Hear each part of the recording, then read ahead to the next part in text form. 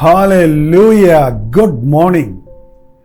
మరొక ప్రశస్తమైన రోజు మనందరం కలిసి ఈ రీతిగా దేవుని మాటలను పరిశీలించడానికి దేవుడిచ్చిన అవకాశాన్ని బట్టి స్తుతులు చెల్లిస్తున్నాను. నేను నాకు చెప్పినట్లుగా 7 గంటలు మీకు అనుకూలంగా ఉందా, లేక 6 లేక 5 వేకువనే మీరు వాక్యం వినాలనుకుంటున్నారు అన్నది దయచేసి ఒక వాట్సాప్ మెసేజ్ పెట్టండి, లైవ్ చాట్లోకి వచ్చి తెలియచేయండి. దాన్ని బట్టి ఒక నిర్ణయం తీసుకుందాం. రెండవ చిన్న ప్రార్థన. పరిశుద్ధుడా నీకు వందనములయ్యా, గొప్ప దేవా నీకు స్తోత్రములయ్యా.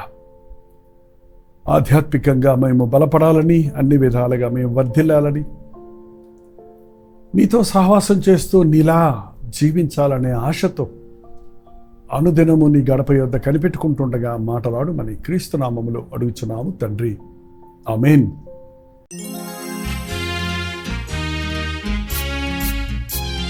రాజుల చరిత్ర అనే ఈ పుస్తకంలో 42 రాజుల గురించి క్లుప్తంగా వివరించబడి ఉంది.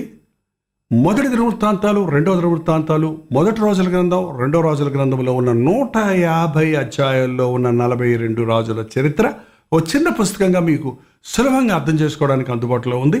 కావలసిన వారు ఓ చిన్న విరాళాన్ని పంపించండి. ఈ క్రింద ఇవ్వబడినటువంటి ఫోన్ నెంబర్కి సంప్రదించండి.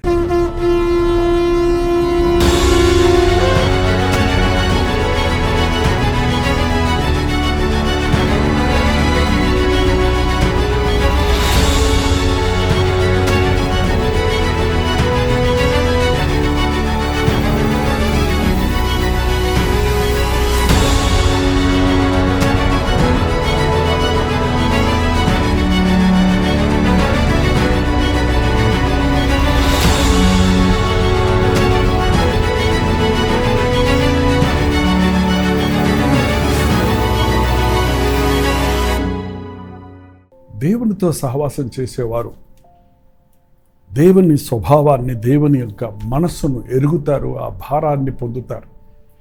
లోకంతో స్నేహం చేసేవారు లోకంలో ఉన్న కామ, క్రోధ, లోభ, మద మత్సరాలకు బానిసైపోతారు. పేరుకే వీళ్ళు ఇశ్రాయేల్ రాజులు, కానీ వీళ్ళ దాహమంతా అధికారం కొరకే, వీరి ఆశ అంతా పెత్తనం చెల్లాయించట కొరకే, సుఖాన్ని ప్రేమించట కొరకే. దేవుడు మనకి అన్నీ ఇచ్చాడు ఆయన్ని స్తుతించటానికి, ఆయన సాక్షులుగా జీవించటకు, కానీ మన ఇష్టానుసారంగా బ్రతికి మనల్ని మనం నాశనం చేసుకోవడానికి కాదు. అందుకే ఈ రాజుల జీవితాలు హెచ్చరికగా ఉన్నాయి మనకి. దేవుడు హెచ్చించకుండానే హెచ్చించుకోవటం, దేవుడు చెయ్యమనకుండానే చెయ్యటం అతిభక్తి కాదండి, అది అనవసరమైన భక్తి. మనం దేవుని వాక్యాన్ని వింటున్నప్పుడు వాక్యానుసారంగా జీవిస్తే చాలు. నా సమయం ఇంకా రాలేదు, ఈ ద్రాక్షరసం అయిపోయిందని ఆ తల్లి వచ్చి చెప్పినప్పుడు నా సమయం అమ్మ ఇంకా రాలేదన్నాడు. అందుకు మరీ చెప్పింది పనోళ్ళతో, ఆయన మీతో చెప్పింది చెయ్యండి, ఆయన ఎప్పుడు ఏం చెప్తాడో అది చెయ్యండి. ఆయన సమయం వచ్చినప్పుడు ఆయన చెప్పాడు, ఆ చెప్పింది ఆ సేవకులు చేశారు, అక్కడ ఒక గొప్ప అద్భుతాన్ని చూశారు. మన జీవితాల్లో కూడా అంతే అండి. తొందరపడటం వల్ల మన దృష్టిలో మనం అయిపోయింది, టైం అయిపోయింది, లేక ఆలస్యం అయిపోయింది అనుకుంటామేమో, కానీ తగిన సమయంలో సమస్తము మన ప్రభు చక్కగా చేస్తాడు. మీ బిడ్డల వివాహాల విషయాల్లో కానీ, మీ ఉద్యోగాల విషయాలు కానీ, మీరు ఇల్లు కట్టుకునే విషయాలు కానీ తొందరపాటు నిర్ణయాలు చేయకండి. ఏంటి, ఈ యొక్క షల్లూము మీద పడి ఈ మెనహేము అతన్ని చంపేసి ఇతడు రాజు అయ్యాడు. 13వ వచనం చదివాం కదా నిన్న.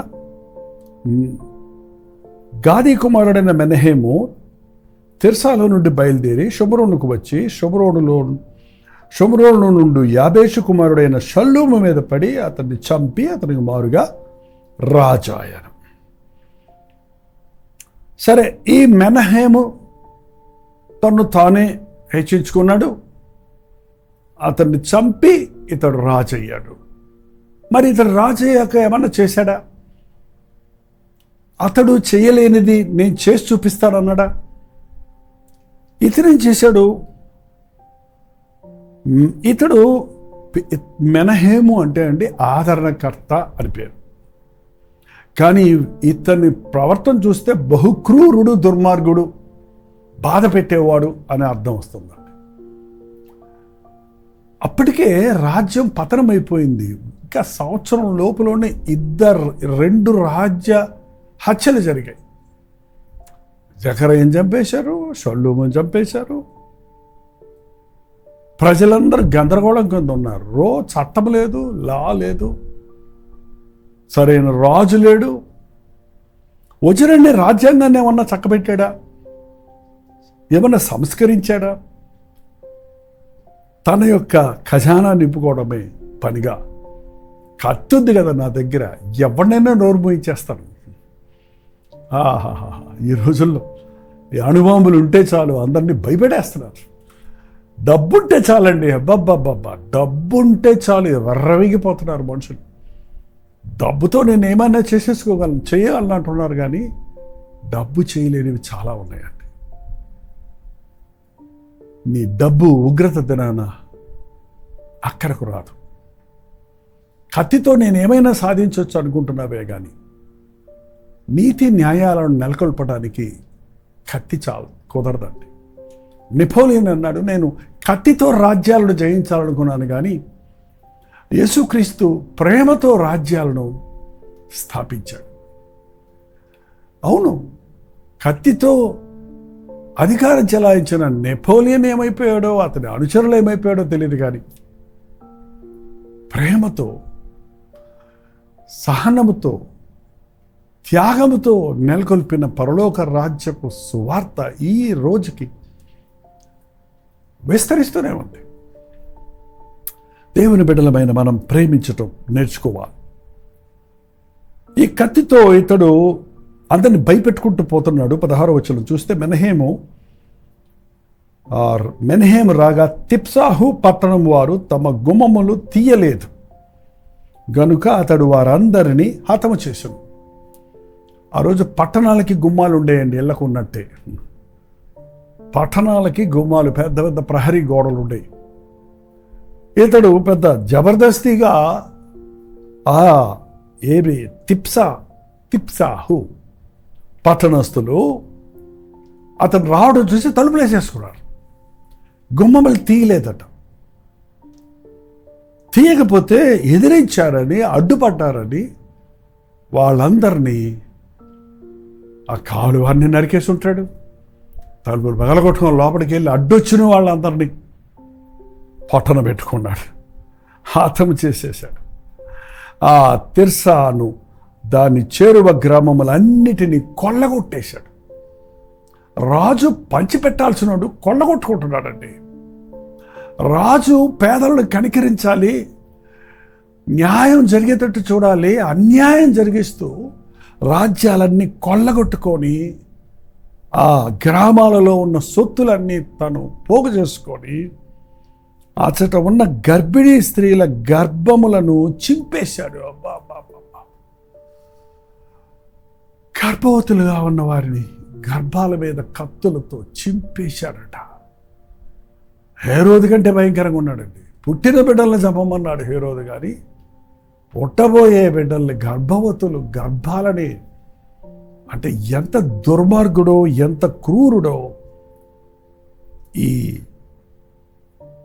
మెనహేము చూడండి. పేరు మాత్రం ఆదరణకర్తనే పేరు. అన్యాయం, అక్రమం, అవినీతి, దౌర్జన్యం, దుష్ట కార్యాలు చేస్తూ దేశాన్ని ఇంకా చిందరవందర చేశారు. దేశం అంతా చిందరవందర అయిపోయింది. దేశంలో సరైనటువంటి పరిపాలన లేదు. ఎప్పుడైతే దేశంలో ఉన్న బలహీనతలు ఎక్కువ అవుతాయో పొరుగు దేశాల వాళ్ళు మన మీద యుద్ధానికి వస్తారండి. దేశం ఐక్యతతో ఉంటే జయించొచ్చండి. కలహాలతో మనం నిండిపోయినప్పుడు చుట్టూ వాళ్ళకి చులకనైపోమా? వేరు చేస్తే చాలు జయం చూస్తారు. తండ్రి తన 4 కుమారులను పిలిచి, 4 కట్టెలు పట్టుకురంటరా అని చెప్పాడట. 4 కట్టల్ని ఒక తాడేసి కట్టండి అని చెప్పాడు. ఇప్పుడు ఒక్కొక్కళ్ళు దాన్ని విరగ్గొట్టండి అన్నారు. వాళ్ళకి అది విరగలేదు. 4 కలిసి విరగొట్టండి, పోయి చూద్దాం. ఇప్పుడు కట్లు ఇప్పేయండి, విడివిడిగా 4 కర్రలు సపరేట్ చేయండి, ఇప్పుడు ఎరగొట్టండి అన్నాడు. పట్ పట్ పట్ పట్ పట్ ఎరగొట్టేశారు. కలిసి ఉన్నప్పుడు బలం ఉందండి, విడిపోతే బలహీనులమవుతాం. ఎప్పుడైతే పట్టణంలో బలం లేదో, పక్కనున్న రాజులు, పూలు అనే రాజు మీదకి, పక్కనున్న అషూరు రాజు, వాడు చాలా బలమైనవాడు, వాడు ఈ పక్క పట్టణానికి వచ్చినప్పుడు ఆ పూలు పట్టణానికి మెనహేము తన రాజ్యమును స్థిరపరిచినట్లుగా పూలు చేత సంధి చేసుకుని వాళ్ళని 2000 మణుగుల వెండి పూలుకు ఇచ్చను. పక్కనోడికి లంచం ఇచ్చి 2000 మణుగుల వెండి ఇచ్చి వాడితో సంధి చేసుకున్నాడు. ఈ వంకర బుద్ధి ఉన్నోళ్ళండి ఎమ్మతం ఏదో కత్తి కాకపోతే కాలబేరంకి వస్తారు, డబ్బుతో కొంటారు, కుయుక్తులతో ఉంటారు. అంతేకాదు అషూరు రాజు మీదకు వస్తుంటే ఆ అషూరు రాజును సముదాయించడానికి తన దగ్గర ఉన్న వెండంతా ఈ రాజుకి ఇచ్చేశాడు. కాబట్టి అక్కడున్న ధనవంతులు, భాగ్యవంతులందరూ వారిలో ప్రతి మనిషి వద్ద 50 తులముల వెండి వసూలు చేసి ఈ ద్రవ్యమును అషూరు రాజుకి ఇచ్చాడు. ఏంటండి ఇది? ధనవంతుల దగ్గర ట్యాక్స్ వేసి 50 వెండి నాణేలు మనిషికి ఇవ్వాలని, 50 తులముల వెండి ఇవ్వాలని వసూలు చేసి అది తీసి అన్ని రాజులకు ఇస్తున్నాడు. పోరాడి జయించడానికి బదులు సరెండర్ అవుతున్నాడు, తనకున్న దాన్ని దోచి ఇచ్చేస్తున్నాడు. నీ అధికారం నిలబెట్టుకోవడానికి అన్ని రకాల అన్యాయాలు, అన్ని రకాల దోపిడులు, అన్ని రకాల మోసాలు చేస్తే ఏం ప్రయోజనం? రాజువు కదా నీవు, పేదలను కనికరించాలి కదా, సామాన్యుడికి సహకరించాలి కదా, ధనవంతుల ధనాన్ని తీసి ప్రజలకు పంచాలి కదా. నువ్వు అన్ని రాజుకి ఇస్తావేంటి? అడిగేవాడు లేడు. ఇతని రాజ్యంలో, ఇతనికి ముందున్న షల్లూము టైంలో, ఈ మెనహేము టైంలో ఒక్క ప్రవక్త కూడా లేడండి. ఇంకెందుకు ప్రవక్తల మాట వింటం లేదని వదిలేశాడు ప్రభు. చెప్పేవారు ఎవరు లేరు, గద్దించేవాళ్ళు లేరు, అడిగేవాళ్ళు లేరు. నాకు తిరుగు లేదనుకున్నాడు, ఇష్టం వచ్చినట్టుగా పరిపాలించాడు. కత్తితోనే, మోసాలతోనే తను ఎంతకాలం పరిపాలించాడండి? చూడండి అక్కడ. ఇతను పాపములో, ఇశ్రాయేలీయులు పాపము చేయుటకు కారకుడయ్యాడు. అతని మీద పడి అతనికి ఇది 10 years. అతడు ఒక 10 సంవత్సరాలు మొత్తానికి బలాత్కారంతో, లంచాలతో, వీళ్లతో లొసుగులు చేసుకుంటూ ఏంటో 10 సంవత్సరాలు పరిపాలించాడు. కానీ ఏ మేలు లేదండి. చివరికి చచ్చాడు. నువ్వు ఎంత అధికారంతో, ఎవడు నిన్ను పొడవక్కర్లేకుండా చేస్తామండి. మనల్ని చంపాం కాబట్టి మనల్ని చంపుతారు, అప్పుడే చేస్తామనుకోక్కర్లా. చంపకపోయినా చచ్చిపోతాం. ఎవరు మనల్ని హత్య చేయకపోయినా మన సమయం అయిపోయినప్పుడు మనం వెళ్ళిపోవాల్సిందే. రోగం లేకుండానే చచ్చిపోతున్నారు. ఇవాళ యాక్సిడెంట్లో డబల్ చచ్చిపోతున్నారు. మనుషుడు ఇది మనసును పెడతలేదండి. నేనే ఎల్లకాలం ఉంటాననుకుంటే అది అజ్ఞానం. 10 ఏళ్ళైనా, 100 ఏళ్ళైనా, 1000 ఏళ్ళైనా మన్నైనది వెనుకటి వల్లనే మంటికి వెళ్ళాలి. చివరికి ఇతడు చనిపోయాడు. అతడి కుమారుడు పెకాహియా రాజయ్యాడు. కొంతమంది జీవిత చరిత్ర మనం ధ్యానిస్తుంటే వాళ్ళని ఎన్నో స్ఫూర్తులు ఉంటాయండి. ఎంతో ప్రేరేపణ కలుగుతుంది, ఎంతో ఉద్రేకం కలుగుతుంది, ఎంతో సంతోషం కలుగుతుంది, ఎంతో ఆదరణ కలుగుతుంది, ఎంతో అనుభవాలు నేర్చుకుంటాం. కొందరు బ్రతుకులు చూస్తున్నప్పుడు చిచి అనిపిస్తుంది, అసహ్యం వస్తుంది, బాధ వేస్తుంది. దుర్మార్గంగా ప్రవర్తించడం, బలాత్కారంతో ప్రవర్తించడం. బతికేది ఒకే బతికేనండి. మనకున్నది ఒక జీవితమే, మళ్ళీ పుట్టేది లేదు. మనుషుడు ఒక్కసారి మృతి పొందవలను, ఆ తరువాత తీర్పు అని బైబిల్ చెప్తుంది. ఈ దేహంతో నువ్వు జీవిస్తున్నప్పుడు ఏం చేశావో దానిని బట్టి దేవుని ముందు మనం లెక్కప్ప చెప్పాలి.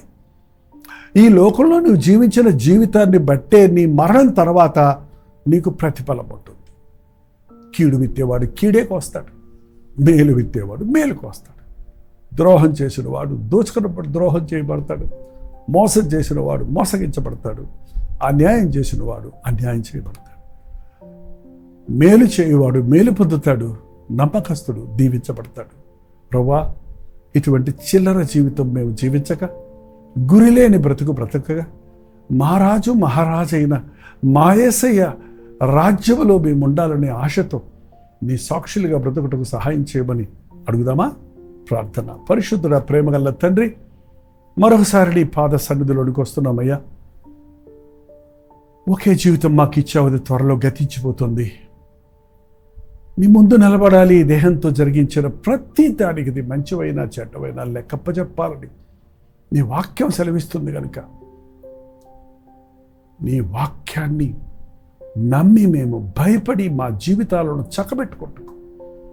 ఇదిగో నేను త్వరగా వస్తున్నాను, వారి వారి క్రియలు చొప్పున ప్రతి వానికి ఇచ్చుటకు నేను సిద్ధపరిచిన జీతం నా యొద్దుందన్న నీ మాటను గుర్తుపెట్టుకొని నీవిచ్చే ప్రతిఫల కొరకు ఎదురు చూచుటకు మా ఒక్కొక్కరికి సహాయం చేయమని క్రీస్తు నామములో అడుగుచున్నాము తండ్రి.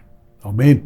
మన తండ్రి అయిన దేవుని యొక్క ప్రేమయు, కుమారుడైన క్రీస్తు యొక్క కృపయు, ఆదరణకర్త అయిన పరిశుద్ధాత్మ యొక్క సహవాసము కూడి వచ్చిన మనందరికీ ఇప్పుడును సదాకాలము తోడయుండును గాక.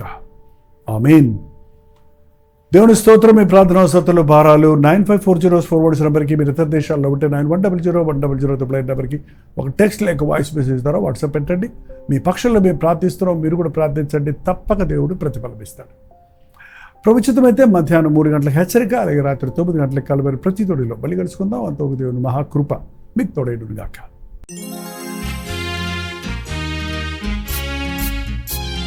రాజుల చరిత్ర అనే ఈ పుస్తకంలో 42 రాజుల గురించి క్లుప్తంగా వివరించబడి ఉంది. మొదటి దినవృత్తాంతాలు, రెండవ దినవృత్తాంతాలు, మొదటి రోజుల గ్రంథం, రెండవ రాజుల గ్రంథంలో ఉన్న 150 అధ్యాయాల్లో ఉన్న 42 రాజుల చరిత్ర ఓ చిన్న పుస్తకంగా మీకు సులభంగా అర్థం చేసుకోవడానికి అందుబాటులో ఉంది. కావలసిన వారు ఓ చిన్న విరాళాన్ని పంపించండి. ఈ క్రింద ఇవ్వబడినటువంటి ఫోన్ నెంబర్కి సంప్రదించండి.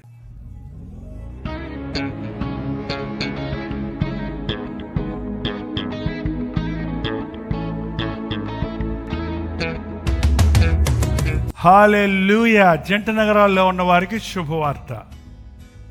ప్రభు చిత్తమైతే మే 13వ తారీఖు ఒక ప్రత్యేకమైన గెట్ టుగెదర్ను మీ కొరకు ఏర్పాటు చేస్తున్నాం. గెట్ టుగెదర్లో హాజరయ్యే మిమ్మల్ని వ్యక్తిగతంగా చూడాలని, మీకోసం ప్రార్థించాలని హైదరాబాద్ వస్తున్నాను. మే 13వ తారీఖు మధ్యాహ్నం 2 గంటల నుంచి 5 గంటల వరకు, అలాగే సాయంత్రం 6 గంటల నుంచి 9 గంటల వరకు 2 సెషన్స్గా ఈ గెట్ టుగెదర్లు ఏర్పాటు చేయబడుతున్నాయి. రండి, పాల్గొనండి, దైవాశీర్వాదాలు పొందండి. స్థలం లిమిటెడ్గా ఉన్న మూలన దయచేసి ముందుగానే రిజిస్టర్ చేసుకోండి. రిజిస్టర్ చేసుకున్న వారికి మాత్రమే అక్కడ అకామిడేషన్ ఉంటుంది కనుక మీరు ఆలస్యంగా వచ్చి లేక రిజిస్ట్రేషన్ లేకుండా వచ్చి ఇబ్బంది పడకండి.